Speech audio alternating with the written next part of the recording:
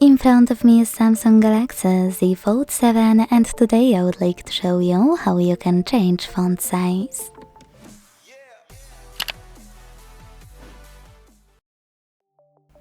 From my personal experience, I recommend adjusting the font size as soon as you get new device because it makes it more comfortable to use.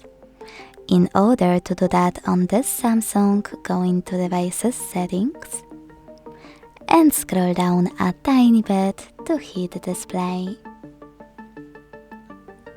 Then scroll again, this time to tap on Font Size and Style.